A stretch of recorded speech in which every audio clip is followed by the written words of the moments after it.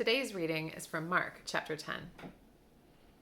As Jesus and his disciples and a large crowd were leaving Jericho, Bartimaeus, son of Timaeus, a blind beggar, was sitting by the roadside.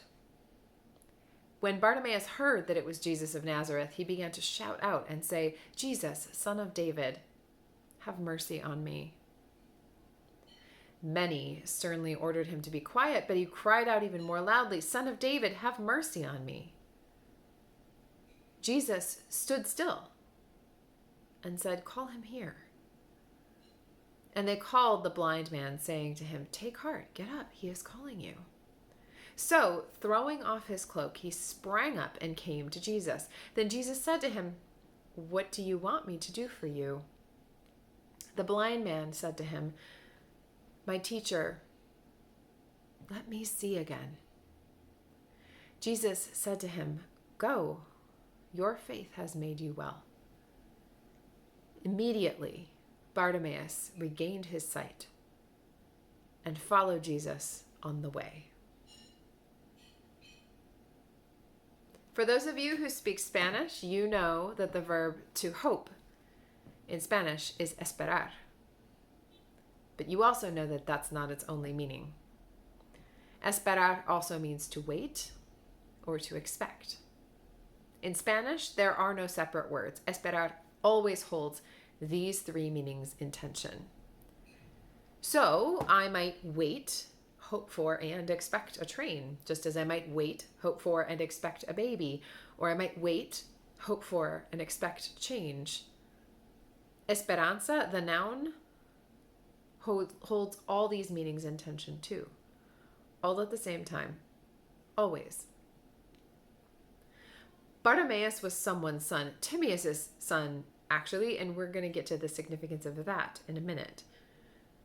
We know from this man's request that he had previously been able to see, so he knew the trauma of having something and losing it. And he had been reduced to begging by the side of the road because he could not see. Whatever his life had been before, he had lost it. His society did not value him. He was left alone to fend for himself, outside of his community, with the pity of strangers, the only thing standing between him and starvation. But Bartimaeus was sitting there by the side of the road, waiting, in expectation, in hope. This blind son of Timaeus, who, by the way, is a character in Plato who could see the nature of God. So this man, Timaeus' son, was able to discern who Jesus was, even though he could not see. He heard that Jesus was coming, and he knew that today change would be possible, the change he had waited for, hoped for, and expected. Bartimaeus could have stayed quiet. He could have hidden himself away. He could have assumed that change was impossible after all he had lost and experienced. He could have assumed that the life he'd lived, the life he'd always known, would be his reality forever. But instead, Bartimaeus did the bravest thing he could have done in that moment. And he reached out for help. He called to Jesus, someone he'd heard could help him. And he asked for help. Bartimaeus reached out in the full meaning of Esperanza and asked for the change he knew he couldn't accomplish on his own. Bartimaeus knew he couldn't do it all by himself, and yet he also knew his need might go unnoticed if he didn't say something. He didn't just say a little hey either. Bartimaeus called out to Jesus, identifying him to the crowd and asking him to live up to the things people were saying about him. "Jesus, son of David, have mercy on me." Notice that Jesus didn't swoop in and assume he knew what was best for Bartimaeus. He could have just given him some bread to eat or connected him with a place to stay. But Jesus asked him, "What is it you want me to do for you?"